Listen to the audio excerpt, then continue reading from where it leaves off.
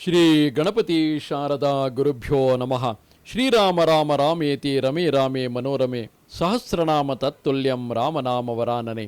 ಶ್ರೋತೃಗಳಿಗೆ ಶ್ರೀಮದ್ ವಾಲ್ಮೀಕಿ ರಾಮಾಯಣದ ಅಯೋಧ್ಯ ಕಾಂಡದಲ್ಲಿ ಸುಮಂತ್ರನಿಂದ ಕೈಕೇಯಿಯ ನಿಂದನೆ, ಕೈಕೇಯಿಯ ತಿರಸ್ಕಾರ ಎಂಬ 35ನೆಯ ಸರ್ಗಕ್ಕೆ ಸ್ವಾಗತ.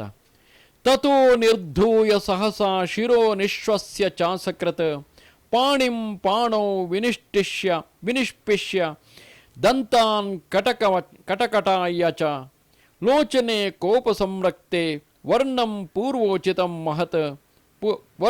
ಪೂರ್ವೋಚಿತಂ ಜಹತ್ ಕೋಪಾಭಿಭೂತ ಸಹಸ ಸಂತಾಪಮಶುಭಂ ಗತಃ. ಸ್ವಲ್ಪ ಹೊತ್ತಿನ ನಂತರ ಸುಮಂತ್ರನು ಎಚ್ಚರಗೊಂಡನು. ದಶರಥನ ಪತ್ನಿಯರ ಮತ್ತು ದಶರಥನ ಗೋಳನ್ನು ನೋಡಿ ಸುಮಂತ್ರನಿಗೆ ಸಹಿಸಿಕೊಳ್ಳಲು ಸಾಧ್ಯವಾಗಲಿಲ್ಲ. ಕ್ರುದ್ಧನಾದನು. ತನ್ನ ತಲೆಯನ್ನು ವೇಗವಾಗಿ ಅಲುಗಾಡಿಸಿದನು. ದೀರ್ಘವಾಗಿ ಬಾರಿ ಬಾರಿಗೂ ನೆಟ್ಟುಸಿರು ಬಿಡುತ್ತಿದ್ದನು. ಕೈ ಹಿಸುಕಿಕೊಂಡನು. ಕಟನೆ ಹಲ್ಲು ಕಡಿದನು. ಕಣ್ಣುಗಳು ಕೆಂಪಾದವು. ಮೈ ಬಣ್ಣವೇ ಬದಲಾಯಿಸಿತು. ಕೋಪಾವಿಷ್ಟನಾದ ಸುಮಂತ್ರನು ತೀವ್ರವಾದ ಪರಿತಾಪವನ್ನು ಹೊಂದಿದನು. ಕೈಕೇಯಿಯ ವಿಷಯವಾಗಿ ದಶರಥನಿಗೆ ಆ ಸಮಯದಲ್ಲಿದ್ದ ಚಿತ್ತವೃತ್ತಿಯನ್ನು ಸಮೀಕ್ಷಿಸಿದನು.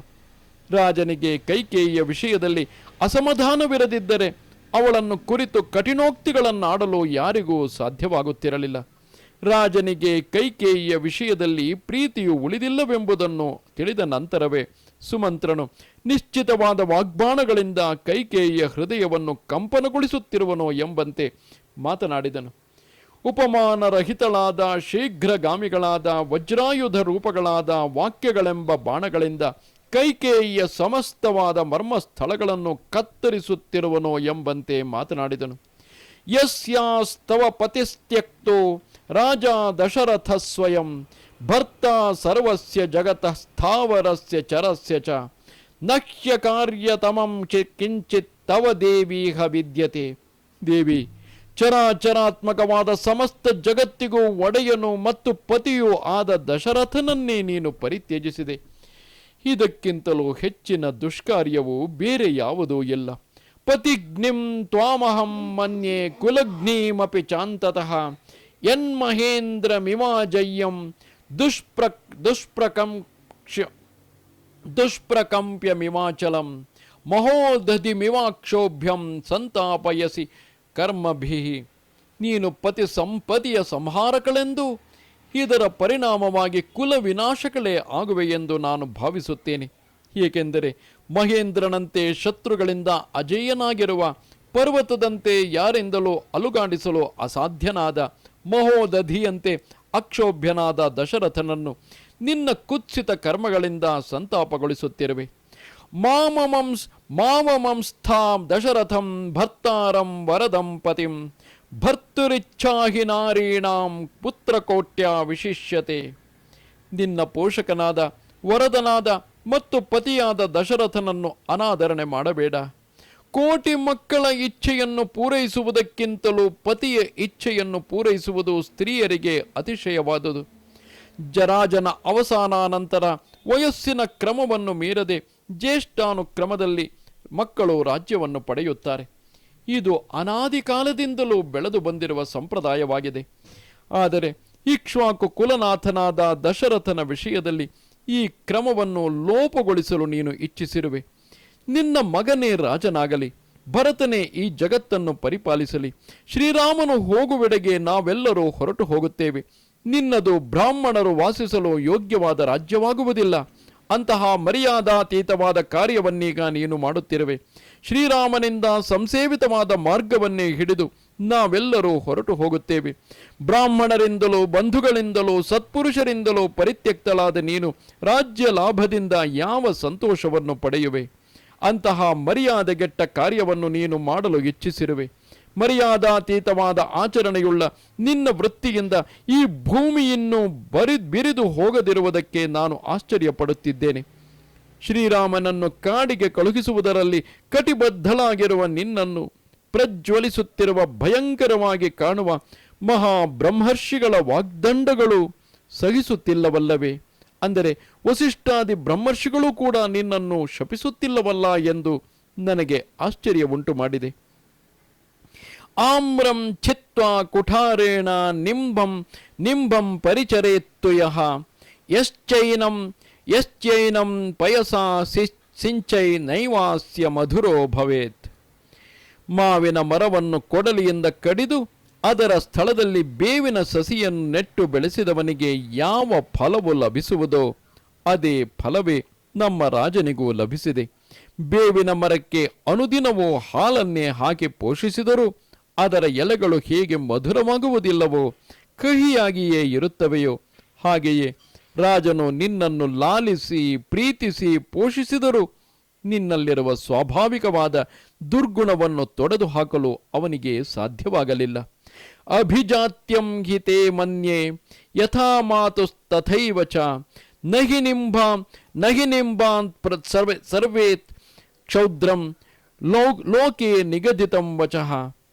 ನಿನ್ನ ತಾಯಿಯಂತೆಯೇ ನೀನು ವರ್ತಿಸುತ್ತಿರುವುದರಿಂದ ಈ ನಿನ್ನ ದುಷ್ಟ ಸ್ವಭಾವವು ಕುಲಕ್ರಮವಾಗಿ ಬಂದಿರುವುದೆಂದೇ ಭಾವಿಸುತ್ತೇನೆ. ಬೇವಿನ ಹಣ್ಣಿನಿಂದ ಜೇನುತುಪ್ಪವು ಸುರಿಯುವುದಿಲ್ಲವೆಂಬ ಗಾದೆಯು ಲೋಕದಲ್ಲಿ ಪ್ರಸಿದ್ಧವಾಗಿದೆ. ನಿನ್ನ ತಾಯಿಯ ಮೊಂಡುತನದ ವೃತ್ತಾಂತವನ್ನು ನಾವು ಕೇಳಿದ್ದೇವೆ. ನಿನ್ನ ತಂದೆಗೆ ವರದನಾದ ಸಾಧುವೊಬ್ಬನು ಉತ್ತಮೋತ್ತಮವಾದ ವರವೊಂದನ್ನು ಅನುಗ್ರಹಿಸಿಕೊಟ್ಟನು.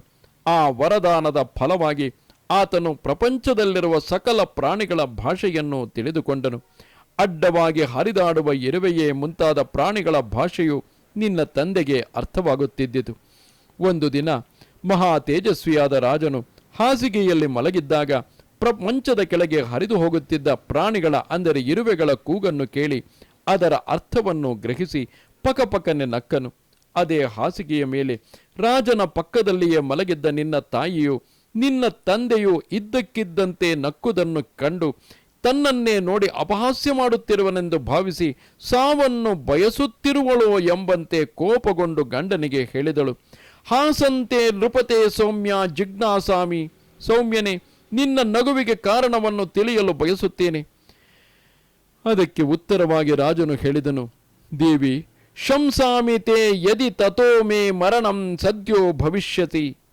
ನಿನಗೇನಾದರೂ ನಾನು ಈ ವಿಷಯವನ್ನು ಹೇಳಿಬಿಟ್ಟರೆ ನನಗೆ ಒಡನೆಯೇ ಮರಣವು ಸಂಭವಿಸುತ್ತದೆ.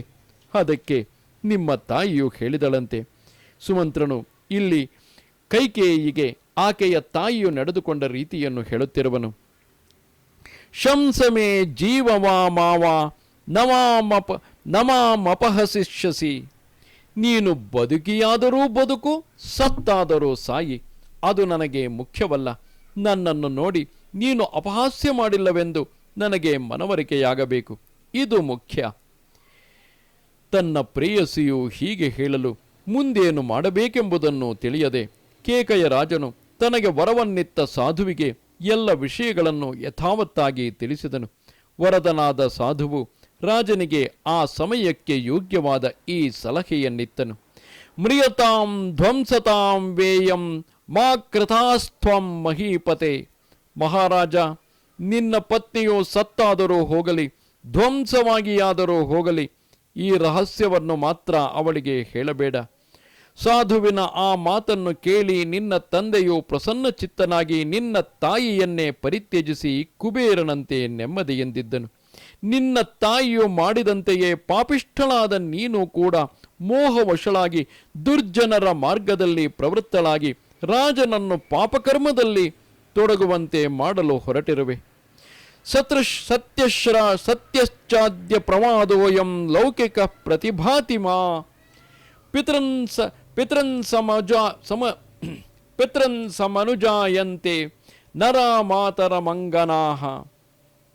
ತಂದೆಯನ್ನು ಹೋಲಿಸಿಕೊಂಡು ಗಂಡು ಮಕ್ಕಳು, ತಾಯಿಯನ್ನು ಹೋಲಿಕೊಂಡು ಹೆಣ್ಣು ಮಕ್ಕಳು ಹುಟ್ಟುವರೆಂಬ ಗಾದೆಯು ಸತ್ಯವೆಂದು ಈಗ ನನಗೆ ಭಾಸವಾಗುತ್ತಿದೆ. ಕನ್ನಡದಲ್ಲೂ ಕೂಡ ನೂಲಿನಂತೆ ಸೀರೆ, ತಾಯಿಯಂತೆ ಮಗಳು ನೂಲಿನಂತೆ ಸೀರೆ ಎಂಬ ಗಾದೆಯೊಂದಿದೆ. ದೇವಿ, ನೀನು ನಿನ್ನ ತಾಯಿಯಂತಾಗಬೇಡ. ರಾಜನು ಹೇಳಿದುದನ್ನು ಅಂಗೀಕರಿಸು. ಪತಿಯ ಇಚ್ಛೆಯನ್ನೇ ಗೌರವಿಸು. ಈ ನಮ್ಮ ಪ್ರಜೆಗಳಿಗೂ ಶರಣ್ಯಳಾಗು. ಪಾಪಿಷ್ಠರ ಪ್ರೋತ್ಸಾಹಕ್ಕೆ ನೀನು ಕಿವಿಗೊಡಬೇಡ.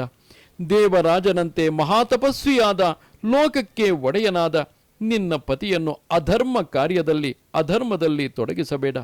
ನೀನು ಪ್ರತಿಜ್ಞೆ ಮಾಡಿಕೊಟ್ಟಿರುವ ವರಗಳನ್ನು ರಾಜನು ಎಂದಿಗೂ ಸುಳ್ಳು ಮಾಡುವುದಿಲ್ಲ. ರಾಜೀವಲೋಚನನಾದ ಶ್ರೀಮಂತನಾದ ರಾಜನು ಈ ವರಗಳನ್ನು ಬಿಟ್ಟು ಬೇರೆ ಯಾವ ವರಗಳನ್ನು ಕೇಳಿದರೂ ಸಂತೋಷದಿಂದ ನಡೆಸಿಕೊಡುತ್ತಾನೆ.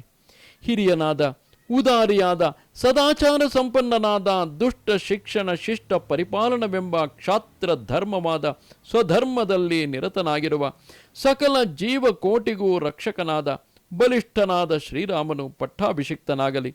ಒಂದು ವೇಳೆ ಶ್ರೀರಾಮನು ತನ್ನ ತಂದೆಯನ್ನಗಲಿ ಅರಣ್ಯಕ್ಕೆ ಹೋದನಾದರೆ ಸನ್ಮಾರ್ಗ ಪ್ರವರ್ತಕನಾದ ಶ್ರೀರಾಮನನ್ನು ದುಷ್ಟೆಯಾದ ಕೈಕೇಯಿಯು ಅರಣ್ಯಕ್ಕೆ ಕಳುಹಿಸಿದಳು ಎಂಬ ದೊಡ್ಡ ಅಪವಾದವು ಲೋಕದಲ್ಲೆಲ್ಲ ಹರಡುತ್ತದೆ. ಆದುದರಿಂದ ಕೋಸಲ ರಾಜ್ಯವನ್ನು ಶ್ರೀರಾಮನು ಪರಿಪಾಲಿಸಲಿ. ಶ್ರೀರಾಮನ ವಿಷಯದಲ್ಲಿ ನಿನ್ನ ಮನಸ್ಸಿನಲ್ಲಿ ಹುಟ್ಟಿರುವ ಬೇಗೆಯು ಶಾಂತವಾಗಲಿ. ಈ ಪಟ್ಟಣವನ್ನಾಳಲು ಶ್ರೀರಾಮನ ಹೊರತಾಗಿ ಬೇರೆ ಯಾರೂ ಸಮರ್ಥರಲ್ಲ. ಶ್ರೀರಾಮನು ಯುವರಾಜ ಪದವಿಯನ್ನು ಅಂಗೀಕರಿಸಿದರೆ ಮಹಾಧನುಷ್ಮಂತನಾದ ದಶರಥನು ತನ್ನ ಪೂರ್ವಜರ ಆಚರಣೆಯನ್ನು ಸ್ಮರಿಸಿ ವಾನಪ್ರಸ್ಥಾಶ್ರಮವನ್ನು ಕೈಗೊಂಡು ಅರಣ್ಯಕ್ಕೆ ಹೋಗುತ್ತಾನೆ. ಹೀಗೆ ಸುಮಂತ್ರನು ತುಂಬಿದ ಆ ಸಭೆಯಲ್ಲಿ ಕೈಜೋಡಿಸಿಕೊಂಡು ಸಾಂತ್ವನ ಪೂರ್ವಕವಾದ ಮಾತುಗಳಿಂದಲೂ ತೀಕ್ಷ್ಣವಾದ ಮಾತುಗಳಿಂದಲೂ ಕೈಕೇಯಿಯ ಮನಸ್ಸನ್ನು ಕ್ಷೋಭೆಗೊಳಿಸಲು ಪ್ರಯತ್ನಿಸಿದನು.